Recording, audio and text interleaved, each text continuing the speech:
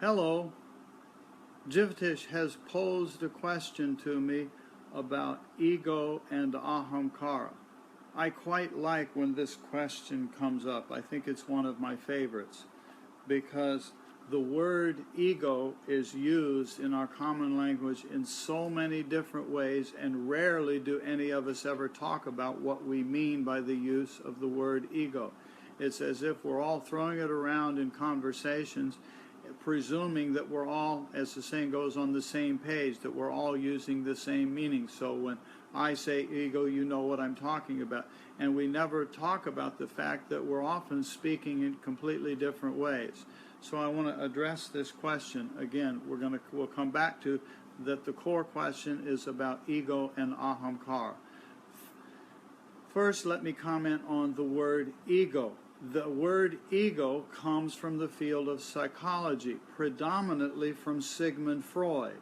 Sigmund Freud, approximately, plus or minus a little, about 100 years ago, Sigmund Freud made some fascinating observations. Here's a simple way to hold the observations that he made. Imagine a little baby, an infant, a sort of, when I think of this, I think of the little one that's in the little crawling around the floor stage, where, what does a little baby like that do? It crawls around, it's just intensely curious. Everything that it runs into goes into the mouth. It's eating everything. This is what it's doing. So here's this little individual being. It comes with some instincts.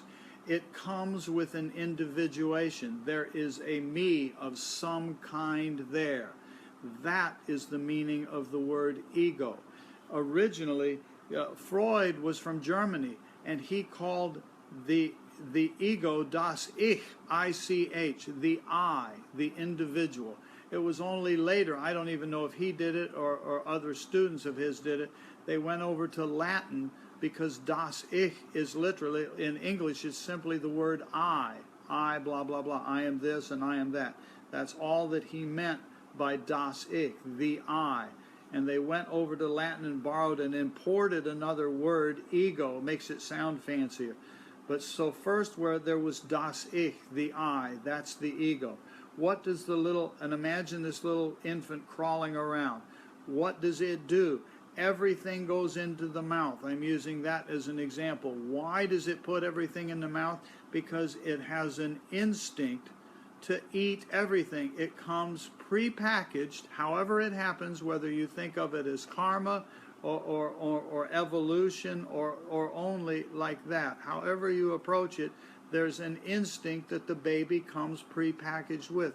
There's an individual there, and there is a prepackaged instinct to do a lot of things, including eat. So it puts everything in the mouth. What are we going to call that? Listen to the way I even said it in my own, as it came out of my mouth. I said, there is something that makes it, there is something there that makes, what, we can pose the question, what is it that makes the baby eat everything? What is it that makes the baby eat everything? What are we going to call that? Let's call it I-T in English. The word that they use in German was das S. S-E-S means apparently it. And so they went over to Latin and they imported another new word that sounds fancier. Let's call it id, I-D. So now we have ego and we have id. Okay? And again, go back mentally, think of a little infant crawling around on the floor. There is ego and there is id. There is an individuation going on, and it comes prepackaged with some sort of programming in it that includes things like go eat food, seek out food. And it doesn't know what food is, so what goes in the mouth? Everything. And mother and father, predominantly mother, says, no, no, no, baby, don't put that in your mouth. That's not food. It says, well, but here's this nice, juicy looking little pen thing. A baby wants to eat that. And mother takes out and says, no, no, no, that's not food. Don't eat that. Here, have this. Now, unfortunately, sometimes, often in our modern cultures, we're teaching the babies to eat poison. It's widely known that a lot of the food products that we're giving infant are actually very, very unhealthy. I don't want to get into that right now, but we've got ego and id. The baby starts with an I, with an individual, comes prepackaged with some instincts that's called it or id. So we have ego and id, and now we have mother and father giving new instructions to baby. Don't eat the pen, do eat this. And your name is so-and-so. Your name is, I'm giving you this name, and this is your name. And the baby hears this over and over and over, and gradually comes to learn that the world out here refers to me by this sound. The baby hears this sound, brain processes it, mind processes it, however you conceptualize it, that work doesn't matter. How it works doesn't matter. There's some training going on that I, the ego, am related to that name, that sound vibration that's coming in. And the baby learns the meaning of good, and the baby learns the meaning of no. So mother, predominantly, father too, but predominantly mother, is training the infant, the crawling around, think mentally, the little crawling around infant, being trained. It comes prepackaged with id, with pre-programming to eat everything. Mother says, no, this is not food. No, not good. Here, eat this. Good. Good, good, good. Baby eats it and smiles at good. And calls the baby by name. What are we going to call this? Programming that mother is giving the baby. Okay, they came up with another terminology. It was, mother is superimposing new training on top of this combination of ego and id. There is an individual there called ego. There is id, which comes from it, simile it in English, or s in German. The I and the it. Pretty simple language. Freud was really, really very practical and very down to earth. Over decades past, Freudian psychology has been tremendously bashed for a lot of reasons that I'm not trying to go into right now. But the essence, the core of what the man was observing is absolutely beautiful if you allow yourself to see it. This was what ego is. They went to Latin and the ich, the ich, the I became ego. The it says, what is it that makes the baby eat everything? Well, that's what is it. We say it in our language. What is it? Well, let's just call it it. And what's that called when we import from the Latin? It's id. So now we have an ego and an id. That combination now has other stuff superimposed on top of that. And this is done early on predominantly by mother, also by father, and by everybody else in the environment. Let's just call that superego, because it is superimposed on top of the ego-id structure. And that's called superego. So now we have three parts going on. We have, I'll use knuckles here, we have ego, we have id, and we have superego superimposed on top of that. What name are we going to call that totality that is the combination of ego and id and superego? Well, here, I don't know how it happened, the way they went to these different languages, but they went over to Greek. I don't know if it was they that did it or Freud himself. I just don't know. Would be intriguing to know, but I don't think it matters. But they went over to Greek, and they borrowed the word persona, which means mask. And if you've ever seen pictures from the Middle Ages of actors on a stage, they had a little stick sort of thing like this with a mask on it, and an actor would come on the stage and hold this mask in front of the face and play this character, and they would go behind the curtain or something, come out with the different masks. So you would play a different role. The same actor would play multiple roles in one play, and they borrowed that word for mask, M-A-S-K, and that was persona, and so they called it personality. Now, so now we have ego, id, superego, superimposed on top of that, and the totality of that is called personality. Now, listen to this. What has happened in our common language, Like it or not, for better or worse, over the last 100 years since the wisdom of Freud came up with these simple observations, language has changed. And now, rarely do I ever hear anybody use the word persona. Rarely, if ever, do I hear people use the word personality. I often hear people use the word ego. What has happened, observe this in the world around you, the word personality has fallen away. Nobody talks about superego. And what has happened is the totality name, which is called personality, has been replaced by the word ego. So we have taken this ego down here, which meant simply individual, and that has been elevated, and now that word ego, that mantra, if you will, ego, is now being used as the name to refer to the totality. And so we've gotten ourselves, the effect of that is that we people have gotten ourselves tremendously confused even about the word ego. Now, let's go back to Ahamkara.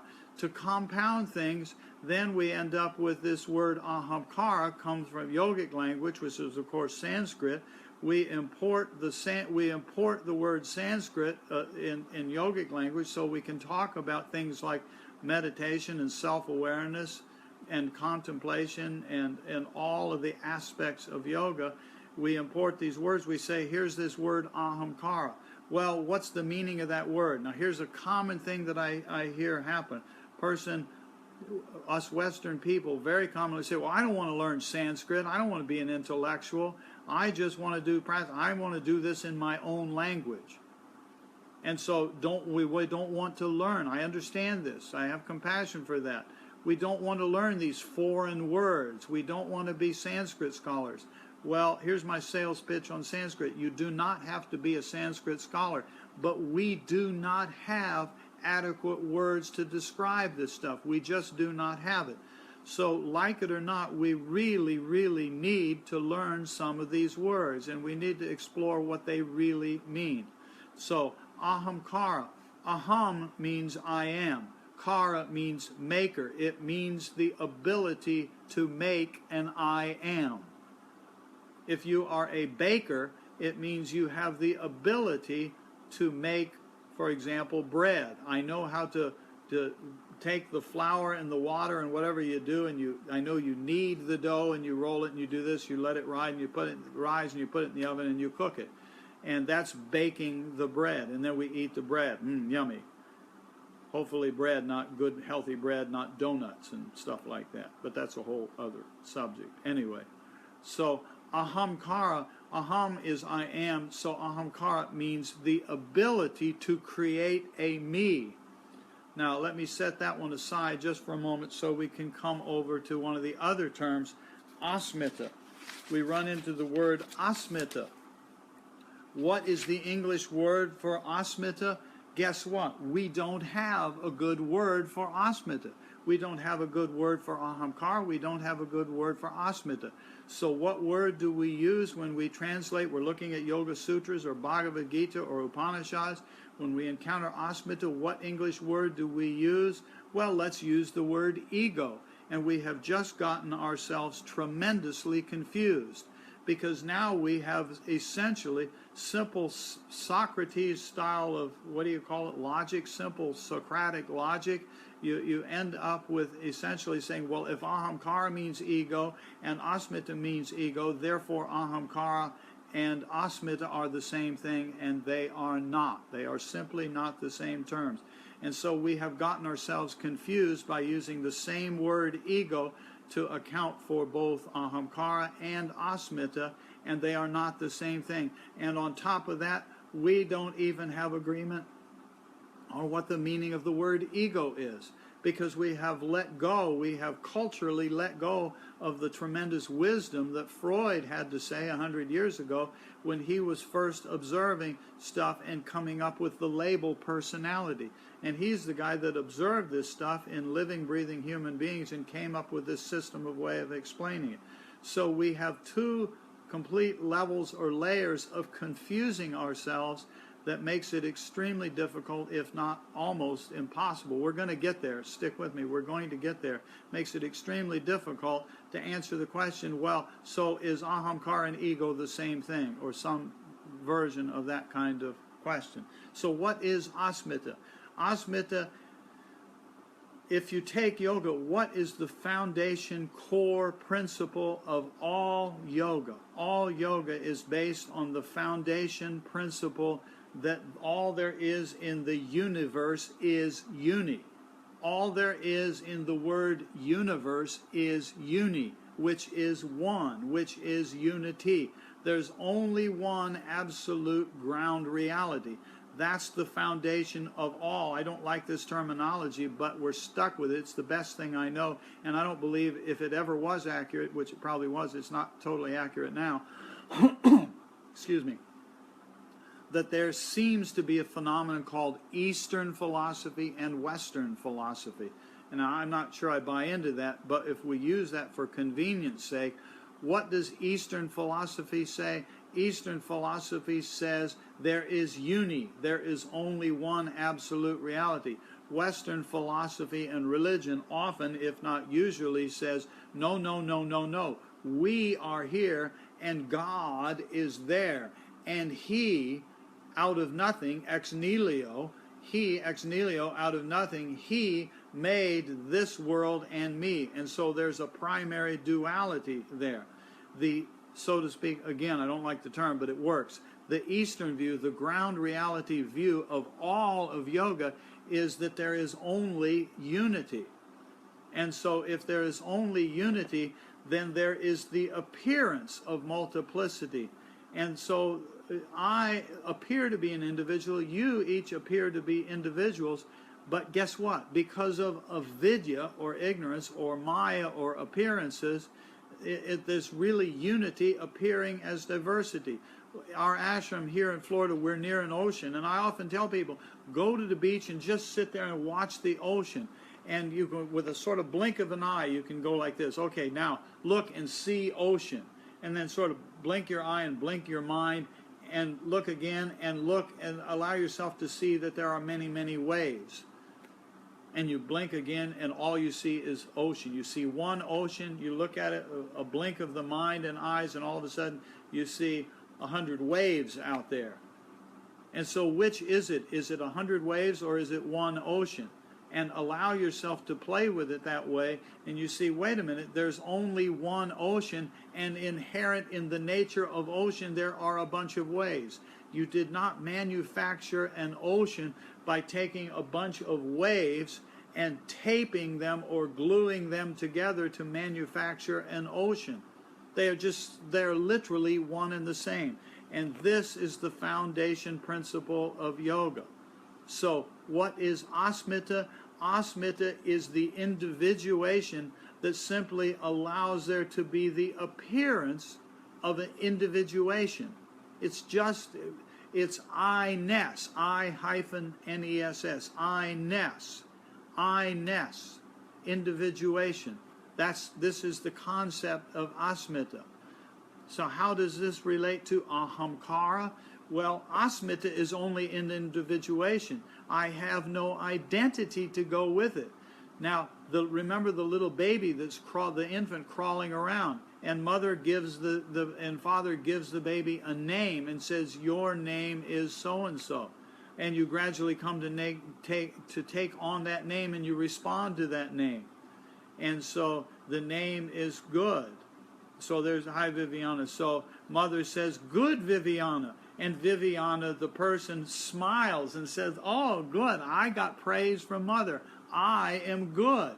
And Viviana does something else, eats the pen or the bug crawling around on the floor. The dirt, yeah, takes a little dirt, puts it in her mouth. Mother says, oh, no, no, no, bad Viviana.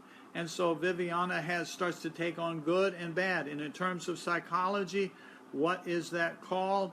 It's called ego, the I, coming prepackaged with id, with the instinct to put things in the mouth because it's trying to eat, superimposed with super ego by mother, and that ends up with a personality that's overlaid on top of that. And back to the yogic language, we have asmita, that is the individuation, resting on the foundation principle that there is only uni, there is only one, there is only universe. Now, as a completely separate subject, some of the physicists now say we don't have a universe, we have a multiverse. Well, in the yogic language, we don't use the word universe, we use the word Brahman. Brahman means that which is the unity, even if there are multiple universes. All of the multiple universes, if they are there, are still resting on one absolute ground reality, and that's called Brahman. All of yoga is about awakening to the realization that, like a wave, I literally am one with the ocean. So that even as a metaphor, on our planet we have many oceans.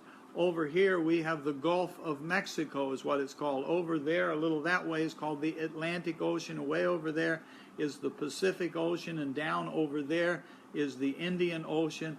And those are sort of oceans within the one ocean of planet Earth. And again, these are symbols, these are metaphors. So yoga means the unity of recognizing whether I think I'm from the Atlantic Ocean or the Pacific Ocean or the Indian Ocean, I am a wave in one of these oceans that is part of the universal ocean. And so asmita is what allows me to forget that my true nature is ocean, and have the appearance of being an individual wave. And if I'm in Hawaii in a surfing place, I'm a really big, huge wave, and humans come out and surf on me and look at me. Our waves here, people try to surf on them, but they're much smaller. It's hard to, you watch a surfer out there and he gets a ride for if he gets a ride for like 20 feet and falls off, he's succeeded, because we don't have very good waves here. But the fact that I can think that I'm a wave and forget that my true nature is gulf, and forget that my true nature is ocean-ness completely, I forget all of that. That's called avidya or maya, and it's asmita that allows me to think that I am a wave. And then as an individual, remember the little infant crawling around, then superimposed is a name that I'm given.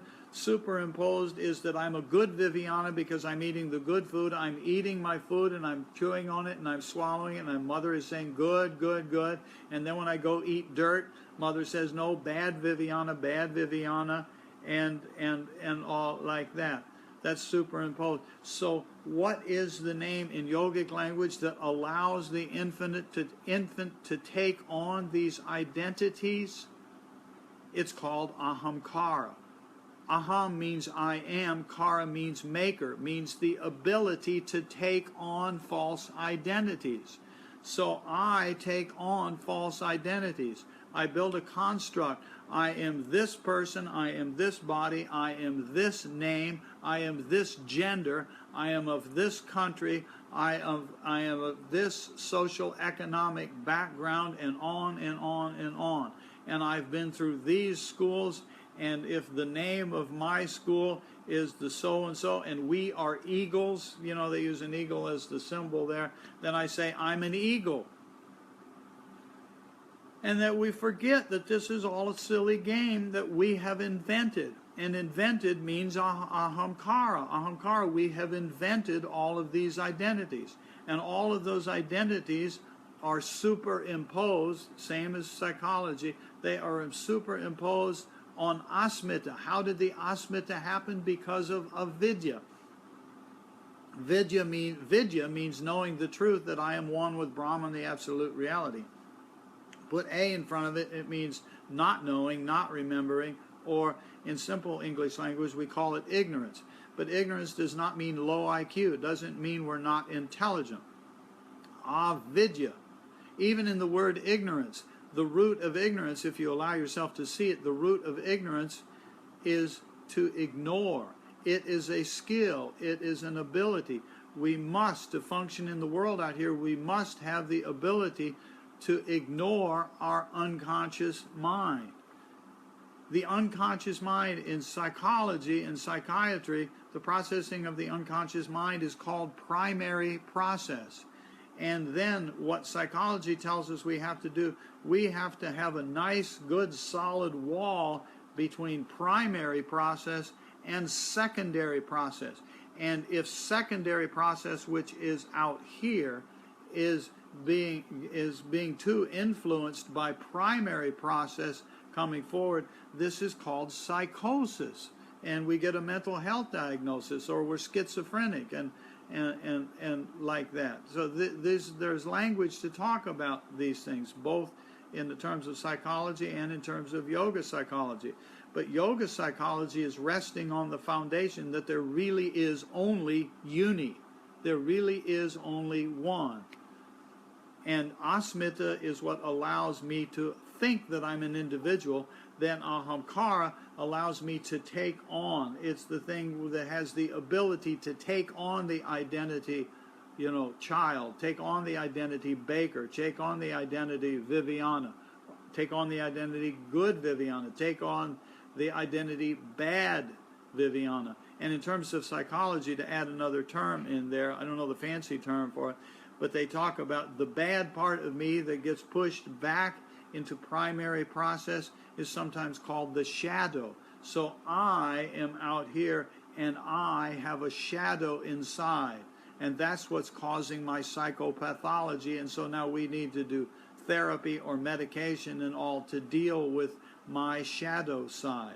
And so the two orientations are different, because one school of, again, to borrow the word, psychology says the goal is to have a healthy, full functioning personality out here in the external world, and successfully deal with pushing aside the primary process back there so it's not disturbing to me, or dealing with it enough so that it's not affecting me. But the definition is that the me out here is me. And that is what health, this is what mental, emotional, or holistic health is about, is that this level of me is healthy. The yogis look at it completely the other way. It says 100% of this functioning out here is false identity. I am not a personality. I am not a persona. I am not the name that my parents gave me. I am not a good Viviana. I am not a bad Viviana. I'm not even a Viviana. I think I'm a woman. I think I'm a mother. No, I'm not. I think that I'm a being. No, I'm not even a being. I'm not even a being. I'm not a mother. I'm not a woman. I'm not of this country or that country or this education. Ultimately, yogi says all of that's false identity. This is the kleshas that we talk about a lot. Patanjali outlines 5 kleshas near the beginning of Yoga Sutras chapter 2. Rarely, unless I start a conversation with somebody, do I ever hear anybody talk about the kleshas in this kind of way. What is the kleshas? Well, it's basically ahamkara has the ability, once again, aham means I am, kara means the ability to create. So that we have the ability to create a persona out here. It's just that in many modern schools of psychology, I am a persona, I am a personality. That's my job. To the yogi says, no, it's not who I am, but I need to train my personality, I need to train my persona. Why? So that it's not an obstacle. So that I can function out here in the world and have good relationships with other people, while recognizing that ultimately all there is uni. All there is one. And a name to go with that is Brahman. Brahman, absolute reality. Or you can call it Paramatman. There's different words for it.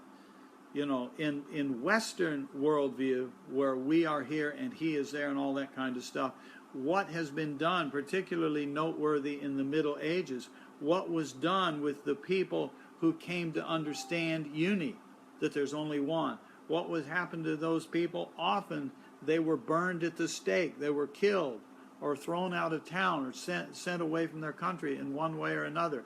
So people have run away and lived in the forests alone and into the mountains. This is why the yogis end up alone. The sages, saints, and seers end up living in caves and huts in the mountains. Why? Because the vast majority of everybody is asleep. We have fallen asleep. We have forgotten that my true nature is ocean, and instead of, for convenience sake, having a body and having a personality so I can live out here, Ahamkara is extremely useful. It's just that it's not who I am.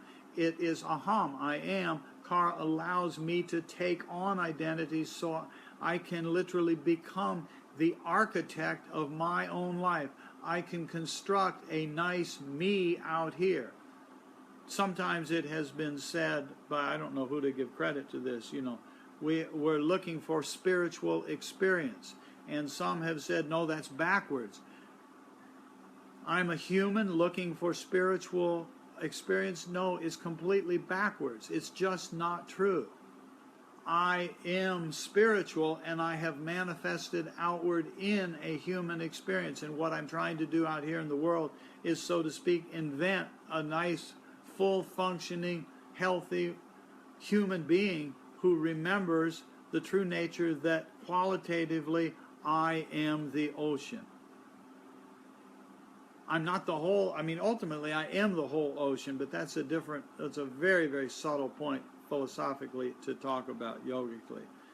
But we're trying to remember that I am the ocean. So the original question had to do with ego and ahamkara. So briefly, again, remember I started this out by talking about Sigmund Freud and said, here comes, and remember, just as you contemplate on this, remember the idea of the infant crawling around the living room floor. And so there's an individual there that's called ego.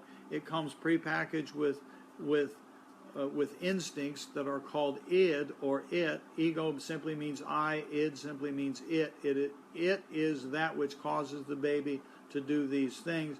And then superimposed over that is the instructions of mommy and daddy and the culture, and that's called superego. Together, those are all called persona or personality. And then in our common language, we have dropped this word personality. We've substituted the word ego, which has gotten us confused culturally just in using the word ego.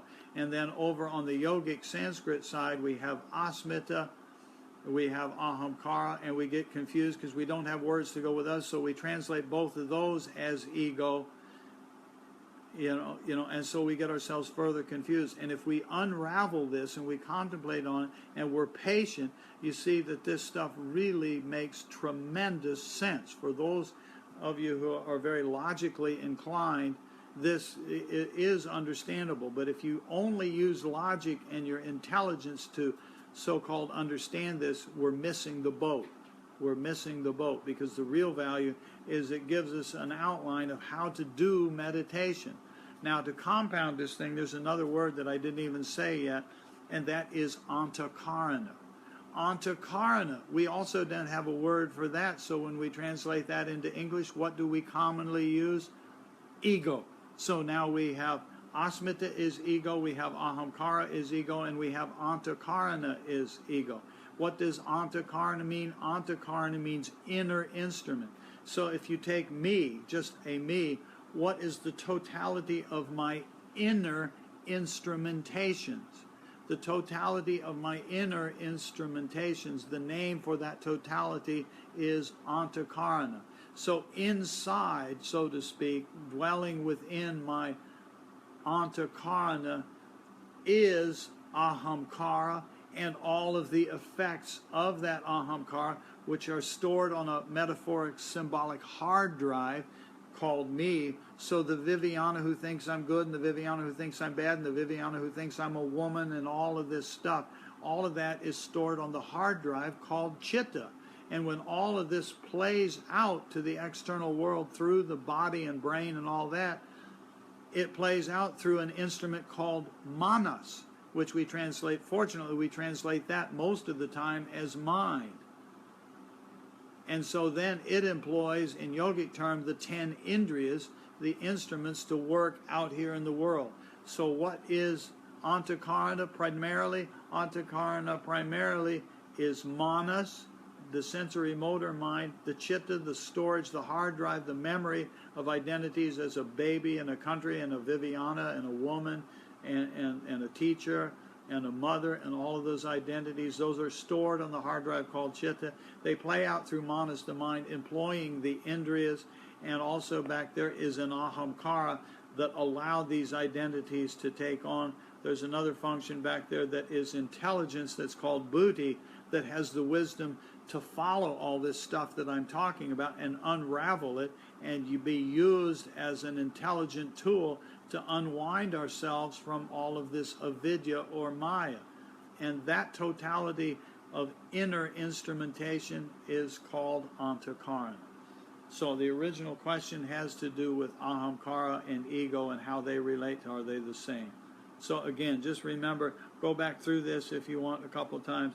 Explore the word ego. How do we commonly use the word ego? Then explore asmita. Get some feeling of what asmita means. Get some feeling of what ahamkara means. Get some feeling of what antakarana means. And if you can, it's like juggling balls. If you go to the circus and you watch a good juggler juggling balls, or those things that look like bowling pins or whatever they're juggling, a good juggler is amazing. They have a whole bunch of balls or things in the air, and it's just magical to watch. And this that we're talking about is sort of like juggling that. And the more you play with it, and the more you use this as an active part of meditation and contemplation, the more obvious it becomes. And one of the insights, the intuitions that comes to this person called me is, wow, I think maybe these yogis know what the hell they're talking about. This is how I am constructed. And you know what? My intuition tells me I think they're telling me the truth. I really am one with the uni. I'm one with the universe. And one of the, to put a fancy word on that, one of the highest insights, it's not stated as a memorized philosophy, but it's an insight that literally comes in direct experience, says, Aham Brahmasmi. Aham, there's the I am. It's the realization that, wow, I am Brahman. That's the meaning of Aham Brahmasmi. Asmi means, I am. So I am Brahman. It's the wave out in the ocean here, waking up one day. It's been it's talking to its friend wave. The two waves are sitting there having a conversation. I heard of a thing called ocean. Do you believe there is such a thing? No, I don't think there is. There's no such thing as an ocean. And one of them starts meditating, the other one doesn't. The other one just says, I'm just going to live as a wave and crash on the beach and do all this stuff. And the other one says, I'm going to learn meditation and do all this stuff. And one day wakes up and says, wow, this is really cool. I am the ocean. I'm not, okay, there's the rest of the ocean, but I am one with the ocean. Aham Brahmasmi. And then these are called Mahavakyas, the great contemplations of the yogis. And then somewhere along the way, that turns into Sarvam Kalvidam Brahman, the realization that says, wait a minute, all the rest of you people are also part of the ocean. You too are Brahman. You too are part of that uni, because it really is uni.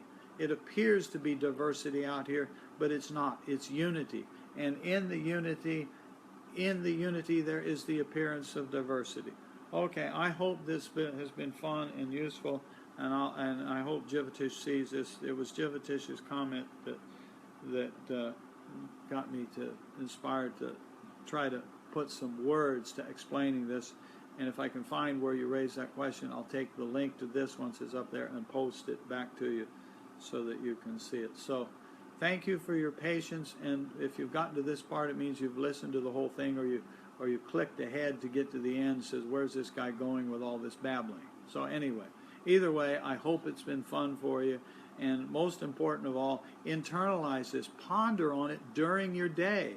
Ponder on it. Take these principles, write it down on a post-it note.